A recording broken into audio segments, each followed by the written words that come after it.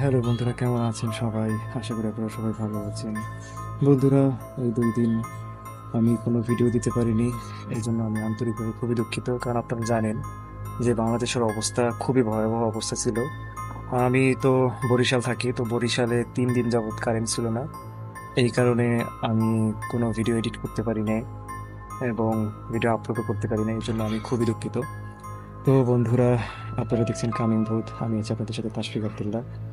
আজকে সর্বপ্রথম যে গল্পটা আপনাদেরকে বলবো, সেই গল্পটা আজকে শুধু একটা গল্প বলবো না, আজকে 2টা থেকে 3টে গল্প আপনারা পাবেন।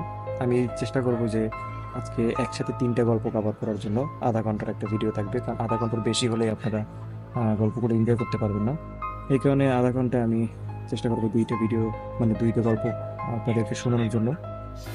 এবং আপনারা জানেন যে আমি যে গল্পগুলো দেই, আপলোড করি, সেই গল্পগুলো কিন্তু সত্য গল্প হয় না, কাল্পনিক হয়। আর আমি চেষ্টা করব সামনে থেকে সত্য ঘটনাগুলো কভার করার। তো বন্ধুরা, আজকের গল্পগুলো আপনারা এনজয় করুন। প্রথম গল্পটা আপনারা শুনবেন এখন। আর আপনার যদি ভালো লাগে তাহলে অবশ্যই লাইক করবেন, কমেন্ট করবেন। কারণ আপনি যদি লাইক করেন, কমেন্ট করেন, তাহলে ইউটিউব অ্যালগরিদম আমার ভিডিওটাকে আরও রিচ করবে এবং মানুষ দেখতে পারবে।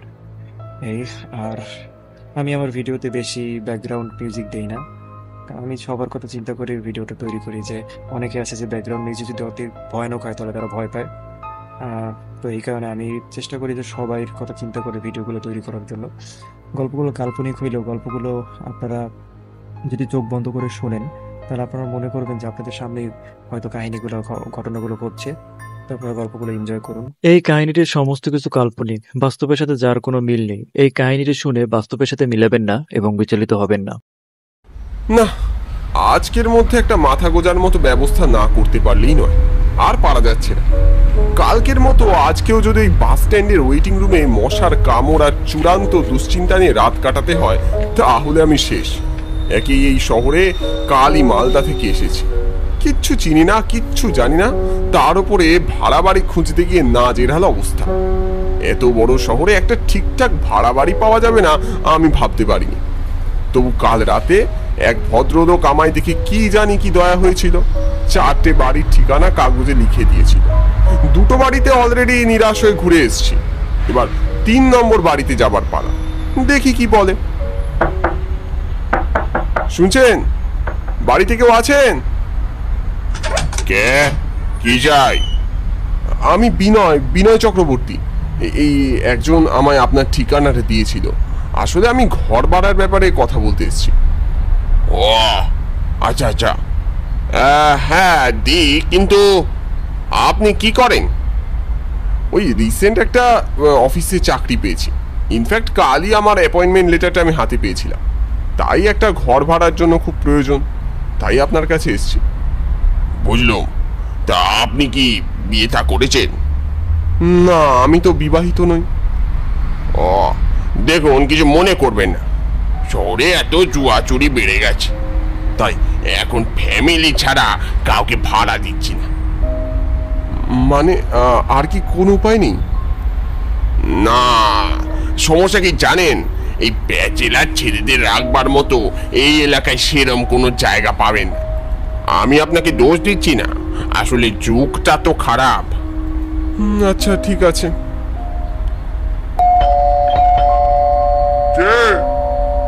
আমি বাড়ি ভাড়ার ব্যাপারে এসেছিলাম, একটু কথা বলা যাবে? সরি ভাই, গত পরশু দিনই বাড়ি ভাড়া হয়ে গেছে। যা, শেষ আশাটাও শেষ হয়ে গেল। হ্যালো গাইস, এই দেখো, এই হলো বিনোমো ট্রেডিং অ্যাপ্লিকেশন, যেখান থেকে আমরা অনেক টাকা আর্ন করতে পারি। কিভাবে? আমাদের শুধু এই গ্রাফ থেকে ফোরকাস্ট করতে হবে গ্রাফটি উপরে যাবে না নিচে যাবে। তুমি যদি নতুন হও, ডেসক্রিপশনের লিংক থেকে বিনোমো ডাউনলোড করো আর পাও ট্রেডিং শেখার জন্য 65,000 টাকা ডেমো অ্যাকাউন্টে। এই দেখো, আমি 2,000 টাকা থেকে ফোরকাস্ট শুরু করলাম যে গ্রাফ উপরে যাবে, আর উপরে গেল, উপরে গেল। ইয়েস, এই দেখো আমার ফোরকাস্ট মিলে গেছে। কিন্তু এখানে কখনো কখনো লস হতে পারে। এখানে মিনিমাম ডিপোজিট 350 টাকা, আর মাত্র 24 ঘন্টার মধ্যে ব্যাংক অ্যাকাউন্ট অথবা পেটিএম এর মাধ্যমে টাকা উইথড্র করতে পারো। আর আমার দেওয়া এই প্রোমো কোডটি ইউজ করলে ডিপোজিট মানি ডবল হয়ে যাবে, মানে 400 থেকে 800। তাহলে দেরি করছো কেন? ডাউনলোড করো বিনোমো অনেস্ট ট্রেডিং অ্যাপ্লিকেশন, লিংক ডেসক্রিপশনে আছে। এক এক করে সব দরজা বন্ধ হয়ে গেল মুখের সামনে। মনে হয় না আজও কোনো ব্যবস্থা করতে পারবো। এদিকে কখন যে সময় গড়িয়ে বিকেল হতে চললো তা খেয়াল নেই। এখনো কোনো সুরাহা হলো না। কেউ বললো সরকারি চাকরি ছাড়া ভাড়াই দেওয়া হবে না, কেউ বললো বিয়ে করা মাস্ট, আবার কেউ এমন ভাড়া হাঁকলো যে সারা মাসের মাইনেও কম পড়বে। জানি না কি হবে এবার। সহসা পাশে একটা ল্যাম্পপোস্টের দিকে নজর পড়লো আমার। সেখানে বড় বড় হরফে বিজ্ঞাপন দেওয়া, মেস ভাড়া আছে, ঠিকানা 33 নম্বর কারবালা স্ট্রিট। অগত্যা অটো ধরে যখন সেখানে গিয়ে পৌঁছলাম তখন সন্ধে 6:30। তবু ভালো, এই গলিতে সেরম কোনো লোকজনের যাতায়াত নেই। পুরোনো আমলের 3 তলা বাড়ি, ঝুলে পড়া সাইনবোর্ডে বেশিরভাগ হরফই মুছে গেছে। বলতে গেলে রক্ষণাবেক্ষণের অভাবে বাড়িটার ভগ্ন দশা। দরজা দিয়ে সোজা ভিতরে ঢুকে গেলাম। টেবিলে বসে মাথায় হাত দিয়ে চোখ বন্ধ করে একটা লোক পা দোলাচ্ছিল। আমার পায়ের শব্দে লোকটা আমার দিকে তাকিয়ে জিজ্ঞেস করলো, বলো কি ব্যাপার? আমি মেসের একটা ঘর ভাড়া নিতে চাই। হবে, ওই একটা বেরিয়ে আছে, আজ সকালেই একজন ঘর ছেড়ে দিয়ে গেছে, নইলে পেতে না। আমি স্বস্তির নিঃশ্বাস পেলাম, বাঁচলাম। তবে তবে তবে ওই দুজনের সাথে কিন্তু ঘর শেয়ার করে থাকতে হবে, চলবে তো? হ্যাঁ হ্যাঁ ঠিক আছে, কোনো অসুবিধে নেই। আমার শুধু একটা থাকবার জায়গা নিয়ে কথা। তাহলে অ্যাডভান্সটা করে দাও খোকা, 10,000 টাকা। 10,000 টাকা? মানে এত কিছু কম হবে না? না না না খোকা, এখানে কোনো কম সময় না, ওই টাকাটাই লাগবে। কি হলো, আছে? নইলে অযথা আমার সময় নষ্ট করো না, যাও বাইরে যাও। আমার ব্যাগে তখন মাত্র 6,100 টাকা। আমি বলতে গেলে একেবারে হাল ছেড়েই দিয়েছিলাম। ঠিক তখনই বিমক্কা লোকটা বলে উঠল, এই ছোকরা, এই তোমায় যেন কোথায় দেখেছি। আমি তো অবাক। আমাকে আপনি দেখেছেন? না না, এটা হতে পারে না, আমি তো কালই এসছি এই শহরে। আমি এত ভুল করব না, তোমার মুখটা খুব চেনা লাগছে ছোকরা। যাক, মনে পড়লে বলবো। কত আছে? হ্যাঁ, কত টাকা আছে? ওই 6,000 টাকার মতো। তাই দাও, মাইনে পেলে বাদ বাকি টাকাটা দিয়ে দেবে। এই চাবিটা নিয়ে 2 তলার 102 নম্বর ঘরে উঠে যাও। কেউ জিজ্ঞেস করলে বলবে ম্যানেজার ঘনশ্যাম পাঠিয়েছে। কি বলবে? এই ম্যানেজার ঘনশ্যাম পাঠিয়েছে। হ্যাঁ ঠিক আছে, যাও। ঠিক আছে, থ্যাংক ইউ থ্যাংক ইউ। উফ, যেন হাতে চাঁদ পেলাম। ভিতরে দুপাশে সারি দিয়ে ঘর, মাঝখানে লম্বা বারান্দা। সবই ঠিক আছে, তবে এখানে ঘরগুলি ভীষণ রকম অপরিষ্কার। যেখানে সেখানে নোংরা পড়ে আছে, কুকুর বিড়াল ঘুরে বেড়াচ্ছে চারদিকে। আর যা দেখলাম, এত বড় মেসে বাথরুম মোটে একটা। যাক, অবশেষে একটা ঘর তো পাওয়া গেল। কথায় আছে, নাই মামার চেয়ে কানা মামা ঢের ভালো। আচ্ছা, এটা 102 নম্বর ঘর তো? হ্যাঁ, কি ব্যাপার? ওই আমাকে ম্যানেজার ঘনশ্যামদা পাঠালো। ও আচ্ছা আচ্ছা, ওই যে ওই খাটটায় চলে যাও। আমি অভিষেক, ফটোগ্রাফার, ফটোগ্রাফি করি। এই যে আমি দীপঙ্কর, সিরিয়ালে অ্যাক্টিং করি। আর তুমি? আমি বিনয়। ওদের সাথে ভাব জমে উঠল ক্রমে ক্রমে। 2 দিন ধরে বেদম খাটনি গেছে। খাওয়া দাওয়া শেষে ঘুমিয়ে পড়লাম তাড়াতাড়ি। কাল থেকে অফিস, সকাল সকাল উঠতে হবে।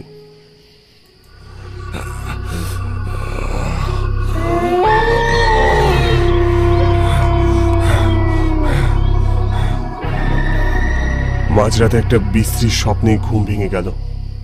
দেখলাম বিছানায় দরদর করে ঘামছি। কেমন যেন দম বন্ধ করা একটা অস্বস্তি হচ্ছে। উঠে জানলাটা খুলে দিলাম। সাথে সাথে এক মুঠো দমকা বাতাস যেন জানলা দিয়ে ভিতরে ঢুকলো। দেখলাম বাইরে ঘুটঘুটে অন্ধকার, তার পিছনেই একটা কবরখানা। ঝোপঝাড়ে ভরে আছে চারদিক। মনে হলো এই কবরখানায় যেন অনেক দিনের কোনো অজানা রহস্য লুকিয়ে রয়েছে। এ কি ও জানলা খুলেছো কেন? শিগগির বন্ধ করো। কেন, কি হয়েছে? ও জানলা খোলা মানা আছে, ঘনাতে জানতে পারলে আমাদের আর আস্ত রাখবে না। তৎক্ষণাৎ জানলাটা বেঁধে দিলাম। পরদিন অফিস থেকে বেরোতে বেরোতে বেশ রাত হয়ে গেল। একেতে প্রাইভেট অফিস, তার উপর ট্রেনিং, সময়ের কোনো ঠিক ঠিকানা নেই। ঘড়িতে তখন রাত 11টা। যদিও মেস এখান থেকে বিশেষ দূর নয়, তবু অন্ধকার গলিগুলো চিনতে চিনতে আমার বেশ বেগ পেতে হচ্ছে। হাঁটতে হাঁটতে একসময় মনে হলো রাস্তা ভুল করেছি। অকস্মাৎ পিছনে ফিরে তাকাতেই নিভে যাওয়া ল্যাম্পপোস্টের নিচে একটা ছায়া মূর্তি দেখতে পেলাম। লোকটা কি আমায় আগে থেকেই ফলো করছিল নাকি? যাই হোক, আমি আরো একটু এগিয়ে গেলাম এটা দেখতে যে লোকটা আমায় ফলো করছে কিনা। আর চোখে তাকালাম, ফের পিছনে তাকাতেই আবার সে একই কাণ্ড। মানুষটা যেন অন্ধকার ঘেঁষে দাঁড়িয়ে আছে, আমায় যেন সে কেমন ভাবে লক্ষ্য করছে। মনে একটা শঙ্কার সৃষ্টি হলো, কোনো চোর বা ছিনতাইবাজ নয় তো? এমনিতেই আমার এই শহর অচেনা, তার উপর এত রাতে অন্ধকার গলিতে হতেই পারে ছিনতাইবাজি কিংবা রাহাজানি। আমার হাত পা অবশ হয়ে এলো। এবার আমি একটু সাহস নিয়ে বললাম, কে, কি চাও? আরে আরে জ্যোতি রে, চিনতে পারছিস না? যেন অন্ধকার ফুড়েই ও বেরিয়ে এলো। আমি তো অবাক। জ্যোতি, জ্যোতির্ময়, তুই এখানে এখানে কি করছিস? কেন, খুশি হসনি? খুশি হব না? কি বলছিস রে বেটা? হ্যাঁ, তবে খুশি হবার থেকে ভয় পেয়েছি জোর। স্কুল থেকে কলেজ সর্বত্র তোকে জ্বালানো জ্বালিয়েছি, আজ তার অন্যত্র হয় কি করে? বুঝলুম। এখন বলতো, কলেজের পর হুট করে কোথায় গায়েব হয়ে গিয়েছিলি, আর এখন এত বছর পর কোথায় আছিস, কি করছিস? হ্যাঁ, আরে দাঁড়া দাঁড়া, অত ব্যস্ত হোস না, সব বলছি। চল, যেতে যেতে কথা হবে। হ্যাঁ, সেই ভালো, অনেক রাত হয়েছে, আমাকে মেসে পৌঁছতে হবে।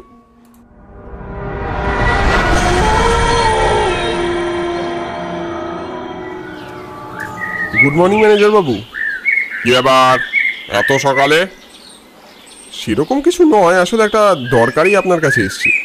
আচ্ছা ম্যানেজার বাবু, আমি শুনেছি বাড়ির পিছনে একটা পরিত্যক্ত কবরখানা আছে, তাই আপনার থেকে ওই কবরখানার ব্যাপারেই কিছু জানতে চাই। দাঁড়াও দাঁড়াও দাঁড়াও দাঁড়াও, তুমি কি করে জানলে এই কবরখানার ব্যাপারে? আচ্ছা আচ্ছা, এই জন্য বলে যাকে তাকে ভাড়া দিতে নেই। যেই দয়া করে ভাড়াটা দিয়েছি অমনি অমনি সাহস বেড়ে গেছে। তোমাকে কে খবর দিয়েছে ছোকরা ওই কবরখানার ব্যাপারে? সাহস তো কম নয়, মরার পাকনা গজিয়েছে নাকি? আসলে আমার এক বন্ধু আর্কিওলজিক্যাল ডিপার্টমেন্টে কাজ করে, তো সেই সব পুরনো কবরখানার ব্যাপারে বলছিল। এতে আপনি বেশ কিছু টাকা পেতেন। ঠিক আছে, আপনি যখন ইচ্ছুক নন। এই ব্যাপার, তা আগে বলবে তো, শুধু মুধু দেখো তোমায় দুটো কথা শোনালাম। ঠিক আছে ঠিক আছে, চলো তাহলে তোমায় জায়গাটা একবার দেখি আসি চোখের দেখা। হ্যাঁ, তবে কাউকে বলো না যেন। না ঠিক আছে, তবে এখন সময় নেই, রাতে যাব। ঠিক আছে? আচ্ছা ঠিক আছে ঠিক আছে, কোনো ব্যাপার না। আরে এসো এসো, এই হচ্ছে কবরখানা। এই কবরখানায় বহু ইতিহাস আছে জানো। এই কবরখানার জন্যই তো এই এলাকার নাম কারবালা স্ট্রিট। এই 1830 সালের আগেই এই কবরখানা বন্ধ হয়ে গিয়েছিল। আচ্ছা, পরে যদিও সাহেবেরা এই কবরখানা খোলার খুব চেষ্টা করেছিল, তবে ওই আর যে ধোপে টেকেনি। মাঝে তো চোরা চালানকারীদের খুব উৎপাত হয়েছিল এখানে। ও আচ্ছা, এই যা। কি হলো? আর বলবেন না, আমার বন্ধু বলেছিল জায়গাটার কিছু ছবি তুলে পাঠাতে। মোবাইলটাই আনতে ভুলে গেছি। আপনি 1 মিনিট দাঁড়ান, আমি মোবাইলটা নিয়ে আসছি। হ্যাঁ, যাও যাও যাও, আমি আছি। আরে আরে কি করছো? কি দরজা আটকাচ্ছ কেন? দরজা খোলো, দরজা খোলো।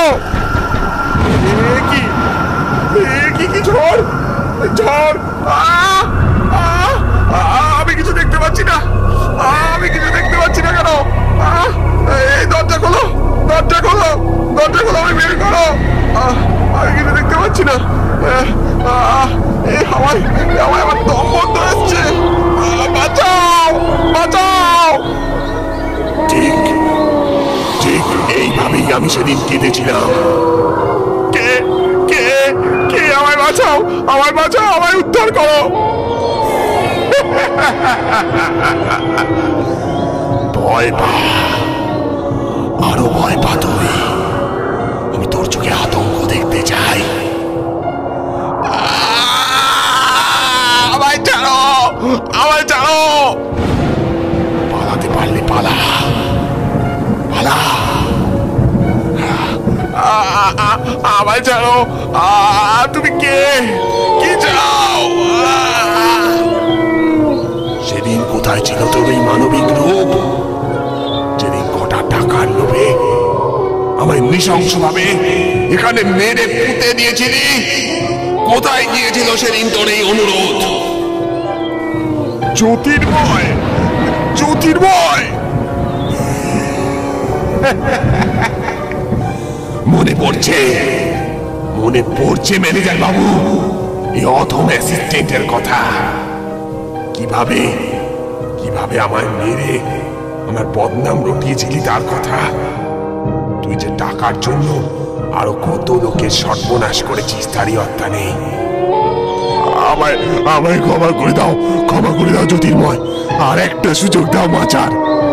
ক্ষমা, ক্ষমা তোকে কখনোই ক্ষমা করা যায় না।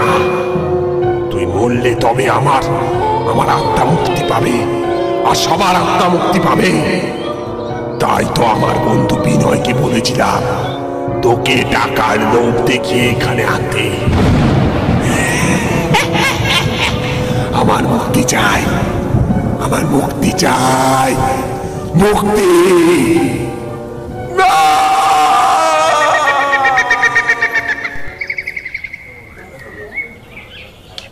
মিত্তির, বডিটাকে পোস্টমর্টমে পাঠানোর ব্যবস্থা করো।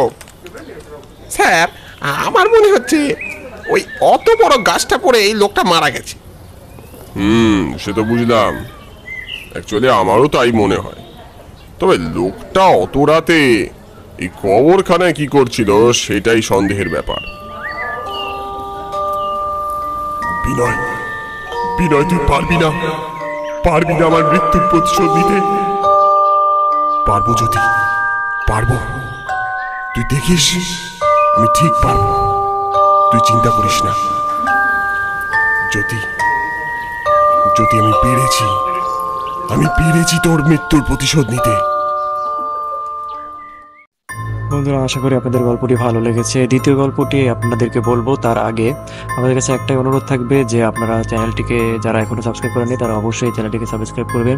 যারা লাইক করেন লাইক করবেন, কমেন্ট করবেন। এবং এই যে প্রথম গল্পটা আপনারা শুনলেন, এই প্রথম গল্প থেকে আমাদের একটা প্রশ্ন করি যে এই প্রথম যে গল্পটা, এই গল্পের যে মুখ্য চরিত্র মানে মূল চরিত্র যে তার নামটা কি, এই গল্পের যে মূল চরিত্র তার নামটা কি, এবং এই গল্পে যে ভূতটার কথা আপনারা শুনছেন, যে ভূতটাকে নিয়ে মূলত এই গল্পটা বা যে আত্মাটাকে নিয়ে এই গল্পটা, সেই আত্মাটার নাম কি বা এই আত্মাটা কে আসলে, এইটা ডিটেলসে আপনারা বলবেন, কমেন্ট করবেন। তো কমেন্ট থেকে আমি যেটা করব সেটা হচ্ছে কমেন্ট পিকার একটা অ্যাপ আছে, অ্যাপের মাধ্যমে আপনারা যারা কমেন্ট করছেন তাদেরকে আমরা পিক করব লটারির মাধ্যমে। তারপর যারা যে উইন হবে আর কি, যে ফার্স্ট হবে তাকে আমরা মেইল করব, তার বিকাশ নাম্বার যাব এবং তাদেরকে আমরা বিকাশে একটা গিফট দিব, একটা গিফট ভাউচার তারা পাবে। সেটা হতে পারে 500 টাকা, সেটা হতে পারে 1000 টাকা, অথবা সেটা হতে পারে অন্য কোনো গিফট। তো আপনারা অবশ্যই কমেন্ট করবেন। তো দ্বিতীয় গল্পটা আপনারা এনজয় করুন। হ্যাঁ, হ্যালো স্যার, বলুন। এত রাতে কিছু আর্জেন্ট দরকার না থাকলে কি তোমায় কল করি? শোনো, কাল প্রেসের কাজ সেরে তোমাকে একবার শান্তিনিকেতন যেতে হবে। শান্তিনিকেতন? প্রেসের কাজ সেরে? কিন্তু কোনো কিন্তু নয়, তপজিৎ চট্টোপাধ্যায় লেখা উপন্যাস আমার চাই। শোনো, উনি এবার কিন্তু অন্য কোনো হাউসে লেখার কোনো চুক্তি করেননি। আমার কাছে খবর আছে পরশু ওনার কাছে তিমিরের লোক যাবে। আমি চাই তুমি তার আগেই ওখানে গিয়ে লেখাটা ওনার থেকে নিয়ে আসো। তুমি ওনার ছাত্র ছিলে, এই কাজ তুমিই পারবে। আমি তোমার অ্যাকাউন্টে টাকা দিয়ে দেব, ওনাকে ফুল পেমেন্ট করে আসবে। কাজটা করতে পারলে তোমার জন্য বড় কিছু অপেক্ষা করছে। ফোনটা কেটে গেল। গালে হাত দিয়ে বসে পড়লাম। প্রেসে সামান্য চাকরি করি, মাইনের থেকে ইনসেন্টিভ বেশি হয় এই ধরনের কাজে। বড় লেখকের কাছ থেকে বড় কিছু বাগিয়ে আনতে পারলে তো কথাই নেই। তপজিৎ চট্টোপাধ্যায়ের লেখা এনে দিতে পারলে সেটা যে বেশ মোটা অঙ্কের হবে তাতে কোনো সন্দেহ নেই। যাক, শেষ অবধি ট্রেনে উঠতে পেরেছি। ভেবেছিলাম দুপুরের ট্রেনে যাব, কিন্তু স্যারকে পেপারটা সই করিয়ে আনতে আনতেই দেরি হয়ে গেল। তাই এখান দিয়ে রাত 10টা নাগাদ একটা এক্সপ্রেস ট্রেন যায়, সেটাতেই উঠে পড়েছি। সময় মতো চললে 11:30টার মধ্যে শান্তিনিকেতন পৌঁছে যাব। তারপর রাতে আমার বন্ধু সুজয়ের বাড়িতে থেকে পরদিন সকাল সকাল বাইক নিয়ে চলে যাব লেখা নিতে। ট্রেনে চাপবার পর সুজয়কে ফোন করলাম। হ্যাঁ ভাই, ট্রেনে উঠে পড়েছি। না না না, আশা করি আর ঘন্টা দেড়েকের মধ্যে তোদের বাড়ি পৌঁছে যাব। আচ্ছা ঠিক আছে, আমার ভাই সাগর থাকবে স্টেশনে, তুই ওর সাথেই চলে আসিস। ঠিক আছে, রাখলাম। ওদের বাড়ি ঘুষকরা দিকে, নওদার ঢাল। কি রকম নাম! তার আগে একটা স্টেশন আছে, নাম ঝাপটের ঢাল। এই নিয়ে তোর সাথে সেদিন এক হাত হয়েই গেল। তোদের এদিকে এত ঢাল কেন বলতো? সবাই কি বল্লম আর তলোয়ার নিয়ে সবসময় দৌড়োয় নাকি? বাজে বকিস নি তো। এখানে এককালে রাজরাজাদের বাস ছিল, শুধু এখন নেই। টাকা এলে আমিও রাজা হয়ে যাব। তখন থেকে কি খেলছিস এসব? উইনজো অ্যাপে খেল। এই অ্যাপে বিভিন্নভাবে টাকা কামাতে পারিস। রিয়েল ক্যাশ তা আবার হয় নাকি? নিশ্চয়ই হয়। এই অ্যাপে 70টারও বেশি পপুলার গেমস আছে, যেমন metro surfer, ludo, bubble shooter, rummy, fantasy, cricket, এমনকি call of duty, free fire, cash রিয়ালের মতো টুর্নামেন্টও আছে। তাই নাকি? নিশ্চয়ই। আবার উইনজো অ্যাপে কল ব্রেক থেকে প্রত্যেক দিন 50,000 টাকা জেতার সুযোগ আছে, সাথে প্রতিবার রেফার করে 50 টাকা অবধি আর্ন করতে পারিস। সত্যি? আর জিতে যাওয়া টাকা ব্যাংক, ইউপিআই অথবা পেটিএম এর মাধ্যমে সরাসরি উইথড্র করতে পারবি। তাহলে আর দেরি কিসের? ডেসক্রিপশনের লিংক থেকে এক্ষুনি ইনস্টল কর উইনজো অ্যাপ, আর সাইন আপের পর পেয়ে যা 50 টাকা বেনিফিট আর ফ্রি ফ্যান্টাসি টিকিট। একদম। ঝাপটের ঢাল স্টেশনে যখন ট্রেনটা এসে দাঁড়ালো তখন ঘড়িতে রাত 11:15। আর দুটো স্টেশনের পরেই নামতে হবে। সুজয়কে ফোন করতে গিয়ে দেখি ফোনে টাওয়ার নেই। যাই হোক, সেরকম লেট নই, সাগর নিশ্চয়ই অপেক্ষা করবে। কিন্তু বেশ কিছুটা সময় কেটে যাবার পরেও ট্রেন নড়ার নামগন্ধ নেই। ধীরে ধীরে কামরা ফাঁকা হতে শুরু করলো। অনেকেই দেখলাম প্ল্যাটফর্মের পাশ দিয়ে নেমে যাচ্ছে। যারা কি হয়েছে জানার জন্য গিয়েছিল তারাও আর ফিরে এলো না। আমি বসে বসে ভাবতে লাগলাম কি করা যায়। এদিকের কিছুই তো চিনি না, তবুও ব্যাপারটা কি হয়েছে সেটা তো জানা দরকার। সিট ছেড়ে উঠে পড়লাম। কামরা থেকে নামতেই একজনকে এদিকে আসতে দেখলাম। তাকে একটু সংকোচে জিজ্ঞেস করলাম, কি হয়েছে দাদা, ট্রেন দাঁড়িয়ে আছে কেন? বুঝতে পারছি না ভাই, তবে মনে হলো লোকে বলা বলি করছে ইঞ্জিনে কিছু সমস্যা হয়েছে, সেটা সারাবার পর নাকি গাড়ি ছাড়বে। এবার কতক্ষণ যে লাগবে তা কে বলতে পারে বলুন। এই বলে তিনি প্ল্যাটফর্মের পাশ দিয়ে নেমে গেলেন। ঘড়িতে তখন রাত 11:45 ছুঁই ছুঁই। না না না, সারা রাত ট্রেনে বসে থাকা মোটে সম্ভব নয়, তার উপর ঠান্ডাও কম নয়। তাই ভাবলাম স্টেশন থেকে একবার নেমে দেখি। সুজয়ের বাড়ির ঠিকানা তো জানাই আছে, যদি কোনো যানবাহন দাঁড়িয়ে থাকে তো মন্দ হয় না। তাকে যদি ঠিকানাটা দিই, সে যদি আমায় নিয়ে যেতে পারে। কাঁচা ইটে বাঁধানো রাস্তা, দুধারে ল্যাম্পপোস্ট।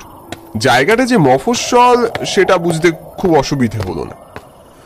ফরচুনেটলি কিছুটা এগিয়ে একটা ট্রেকারের দেখা পেলাম। দুপা এগিয়ে লোকটাকে জিজ্ঞেস করলাম, কি ভাইয়া, যাবে নাকি? হ্যাঁ দাদা, যাবো না কেন, তা কোথায় যাবেন? ওই নোয়াদার ঢাল, সেখানে বুড়ো বট গাছের পাশে এই মিত্তির বাড়ি। নোয়াদার ঢাল? হ্যাঁ মনে পড়েছে, তা যাবো, বসুন। তবে এত রাতে দাদা 800 টাকা লাগবে। সে কি, এতটুকু রাস্তা? না না ভাই, অত টাকা আমি দিতে পারবো না, আমার কাছে নেই। তাহলে একটু বসে থাকুন, আরো 2-1 প্যাসেঞ্জার পেলে তখন নয়। ট্রেকারওয়ালার কথা শেষ হতে না হতেই আমার কানে ট্রেন ছাড়ার আওয়াজ এলো। আমি পড়ি কি মরি করে প্ল্যাটফর্মের দিকে ছুট দিলাম। দেখি সামনে দিয়ে একটা অন্য ট্রেন বেরিয়ে যাচ্ছে। এদিকে পিছনে তখন ওই ট্রেকারওয়ালা আমাকে ডেকে চলেছে। আরে ও দাদা, কোথায় যাচ্ছেন? আরে আমি কি যাব না বলেছি নাকি? এদিকে আসুন। বুঝতে পারলাম সে তখন খদ্দের হাতছাড়া হয়ে যাওয়ার ভয়ে আমার দিকে ছুটেছে। তাই সেদিকে আর না তাকিয়ে কোনো রকমে ট্রেনটার লাস্ট কামরায় উঠে পড়লাম। উঠেই দেখি কামরায় বেশ ভিড়, অনেক লোক বসে আছে। আমি ভিতরের দিকে সরে এলাম। ট্রেনটা প্ল্যাটফর্ম ছাড়তে যাবে, ঠিক সেই সময় একটা লোক কামরায় উঠলো।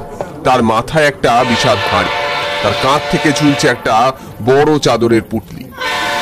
তাকে দেখে ওই কামরায় বসে থাকা এক বয়স্ক ভদ্রলোক বলে উঠলেন, আরে এই যে বিভূতি এসে পড়েছে, আমি তো ভাবলাম তুমি আর আজকে এলাই না। আমার আর কোথাও যাওয়ার জো আছে বাবু?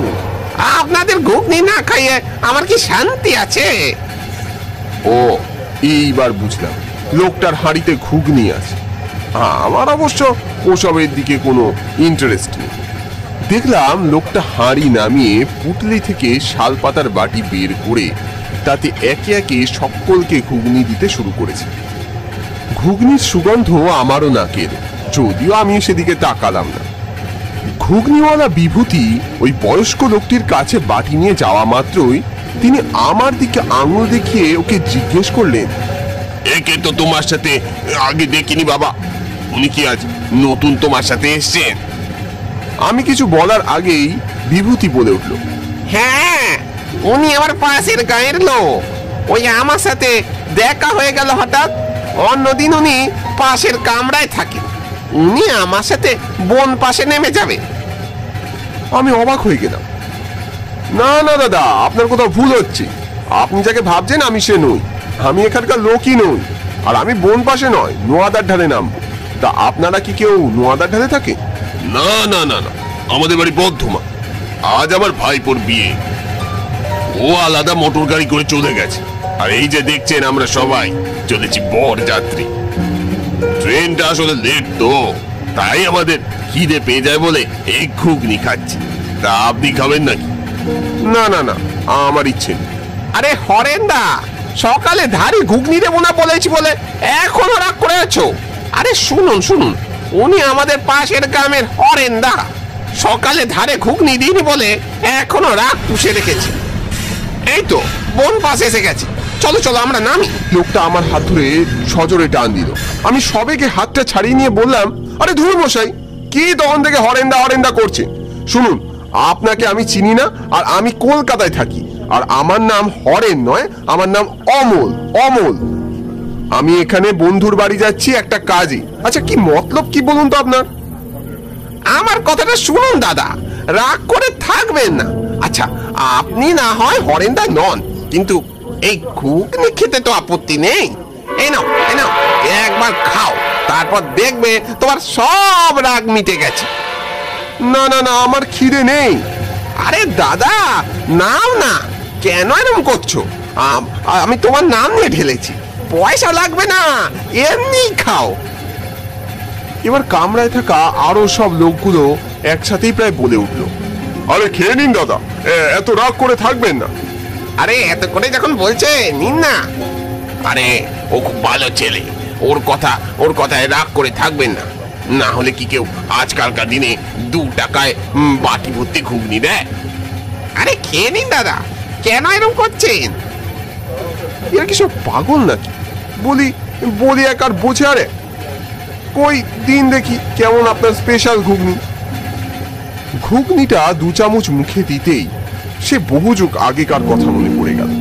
তখন স্কুলে পড়তাম, তখন ঠিক এইরকম একটা ঘুগনি আমাদের স্কুলের রামুদা আমাদের খাওয়াতো।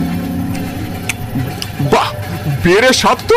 সত্যি সত্যি বিভূতি, ঘুগনিটার স্বাদ কিন্তু অপূর্ব। না না না, তোমার পয়সা আমি দিয়ে দেবো। বিনা পয়সায় আমি গরিবের কোনো জিনিস নিই না। দারুণ দারুণ। ঘুগনিটা আরো 2 চামচ মুখে তুলতেই হঠাৎ মাথাটা কেমন ঝিমঝিমিয়ে উঠল। চারদিক অন্ধকার হয়ে এলো আমার। সামনের লোকগুলোকে একেবারে ঝাপসা দেখতে শুরু করলাম। তারপর আমার মাথাটা ঘুরতে শুরু করলো। চারিপাশ চারিপাশ কেমন অন্ধকার হয়ে এলো। আমি আমি কিছু দেখতে পাচ্ছিলাম না। আমার আমার জ্ঞান যেন হারিয়ে যেতে থাকলো। আমার আর কিছু মনে মনে রইল না। জ্ঞান ফিরতে দেখি আমার মাথাটা ঝিমঝিম করছে। তখনও আস্তে আস্তে উঠে বসলাম। ধীরে ধীরে চারদিকে দেখি বুঝলাম আমি এখন একটা কুড়ে ঘরের মতো কোথাও রয়েছি। আমার হাত দুটো বাঁধা। মনে পড়ে গেল সেই ঘুগনি খেয়ে আমার এই অবস্থা। তাহলে কি আমি কোনো কিডন্যাপার চক্রের চক্করে পড়েছি? শয়তান শয়তান শয়তান বিভূতি! কিন্তু কিন্তু ওই কামড়া ভর্তি লোক থাকতে আমাকে এখানে আনলো কি করেছে? কুড়ে ঘরের চারদিক জুড়ে ঘন জঙ্গল আছে বলে মনে হলো। সময় যত গড়ালো কানে আসতে লাগলো বিকট সব জন্তু জানোয়ারের আওয়াজ। কেঁদো শিয়াল, কখনো বা ঝিঝি পোকার অসহ্য মাথা ধরানো আওয়াজ, কখনো বা পৈশাচিক অট্টহাসির শব্দ। যত চাইছি নিজের মনকে শান্ত রাখতে, কিন্তু কিছুতেই তা সম্ভব হচ্ছে না। বাঁচাও বাঁচাও, কেউ আছো এখানে? বাঁচাও! অন্ধকারে এখনো চোখ সয়নি আমার, তাই গলার আওয়াজই ভরসা। আরেকবার চিৎকার করতে যাব, ঠিক এমন সময় একটা শব্দ পেলাম। দেখলাম আমার সামনে যেন অন্ধকার ভেদ করে বেরিয়ে এলো বিভূতি। শয়তান, বদমাস! কি মতলব তোর? আমাকে এখানে নিয়ে এনেছিস কেন? কিরে হরেন, চিনতে পারছিস না? ভালো করে দেখ, ভালো করে দেখ। এখানে এই ঘরে তুই তোর সব পাপ কাজগুলো করতিস, মনে নেই না তোর? আরে কি বলছোটা কি ভাই? আমি তো তোমায় বলেছি আমি হরেন নই, আমার নাম অমল। বিশ্বাস না হলে আমার পকেটে আমার আধার কার্ড আছে, বের করে দেখো। তোকে চেনার জন্য আমার কোনো কার্ডের দরকার নেই। এই দেখ, এই দেখ, এটাও চিনতে পারিস কিনা দেখ। পকেট থেকে একটা কাগজ বের করে সেটা আমার চোখের সামনে ধরলো বিভূতি। সেটা দেখে চমকে উঠলাম। বিবর্ণ হয়ে গেল ছবির লোকটা যে আমি, সেটাতে একদম সন্দেহ নেই। কিন্তু এই ছবি যে বহু পুরনো। প্রেসে কাজের সুবাদে বুঝেছি এ কম করে 20 বছরের বেশি পুরনো হবে। শোন হরেন, গ্রামের ছোট ছেলে মেয়েদের ধরে তাদের বিভিন্ন অঙ্গ পাচার করা যে তোর ধান্দা হয়ে উঠেছিল, সেটা আমরা সবাই জানতাম। সেদিন তোকে ধরেই ফেলতাম, কিন্তু বুঝিনি তোর কাছে বন্দুক ছিল। তাই সেদিন আমার বুকে গুলি মেরে তুই পালিয়ে গিয়েছিলি। আমি দেখলাম বিভূতির বুকের কাছ থেকে দুটো বড় বড় লাল ছোপ দেখা দিল। সেখান থেকে টপ টপ করে রক্ত পড়ছে। তুই আমার একমাত্র ছেলেটাকে পর্যন্ত ছাড়িসনি। সেদিন আমি শোধ নিতে পারিনি, কিন্তু আজ আর তোকে ছাড়ছি না। আমি হরেন নই, বিশ্বাস করো, বিশ্বাস করো। আর কি যে সব বলছো, খুন অঙ্গ পাচার, আমি কিচ্ছু বুঝতে পারছি না। আর এই ছবি, এটা তো 20 বছরের পুরনো। এই ছবির লোকটা আর আমি এক নই, বিশ্বাস করো। চুপ কর শয়তান, তোর কোনো চালাকি আর আজকে তোকে বাঁচাতে পারবে না। আর দেখ, আজ শুধু আমি নই, আরো সবাই এসেছে। যার যার সর্বনাশ তুই করেছিস, তারা সবাই এসেছে। তাকিয়ে দেখ। আমি চারপাশে তাকিয়ে দেখলাম সবার আগে সেই বয়স্ক ভদ্রলোকটা, যে আমাকে বিভূতির ঘুগনি খেতে বাধ্য করেছিল। কিন্তু এ কি, ওর চোখ কোথায়? সেখানে লাল আলোর জ্যোতি, যেন কোনো গাড়ির হেডলাইট। আর ওর পাশে ওই ছেলেটা, ওই মহিলা, এদের প্রত্যেককে আমি ওই ট্রেনের কামরায় দেখেছি। কারোর বুকের কাছে গর্ত, কারোর পেট থেকে নাড়ি বুড়ি বেরিয়ে আসছে, কারোর হাত পা, কারোর মুখ বিভৎস। কিন্তু সবার লক্ষ্য যে আমি, সেটা বুঝতে কোনো সন্দেহ হলো না। এতক্ষণ ধরে আমার চোখ অন্ধকারে সয়ে গেছে। বাদিকে একটা দরজা চোখে পড়লো আমার। সর্বশক্তি দিয়ে সেটা ধাক্কা মারলাম, আমি বাইরে ছিটকে পড়লাম। হাত পা ছড়ে গিয়ে জ্বালা করে উঠলো, কিন্তু সেসব ভাবার আমার সময় নেই। গায়ে যন্ত্রণা নিয়ে দাঁড়িয়ে ছুটতে শুরু করলাম। ভেসে আসছে অনেকগুলো নারকীয় আওয়াজ।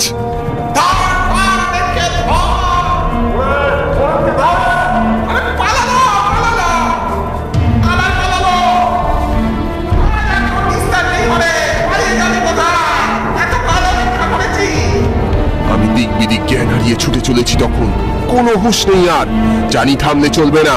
হঠাৎ হঠাৎ তারপর পা পিছলে পড়লাম, বেশ কিছুটা গড়িয়ে গেলাম আমি। না না না, ব্যথা লাগলো, চিৎকার করা যাবে না। দুপাশ ঘন অন্ধকার, তাও ছুটে চললাম আমি। পিছনে সে অশরীরীর দলের অস্তিত্ব তখনও টের পাচ্ছি। হঠাৎ এক সময় আমার চোখে আলোর একটা বিন্দু দেখা দিল। বুঝলাম একটা সুড়ঙ্গের ভিতর দিয়ে আমি ছুটে চলেছি। সুড়ঙ্গ থেকে বেরিয়ে আমার চোখে পড়ল একটা স্টেশন। কি তার নাম তার দেখার সময় নেই। একটা ট্রেন দাঁড়িয়েছিল, জলদি গিয়ে উঠে পড়লাম মাঝের একটা কামরায়। কামরার লোকে আমার দিকে তাকালেও আমি তার পিছন দিকে তাকালাম না। বাইরের হাওয়া জানান দিচ্ছিল তাদের নিষ্ফল আক্রোশ। এতক্ষণ খেয়াল করিনি সে ছবিটা আমার হাতে ধরা ছিল। একবার সেটা দেখিয়ে নিয়ে বাইরে ছুঁড়ে ফেলে দিলাম। জানি সেটা ঠিক তার মালিকের কাছে আবার পৌঁছে যাবে।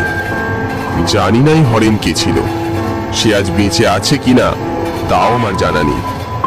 তার সাথে আমার মুখের এত মিলই বা কেন? সে কি আমার কোনো পূর্বপুরুষ, নাকি আমি তার পুনর্জন্ম?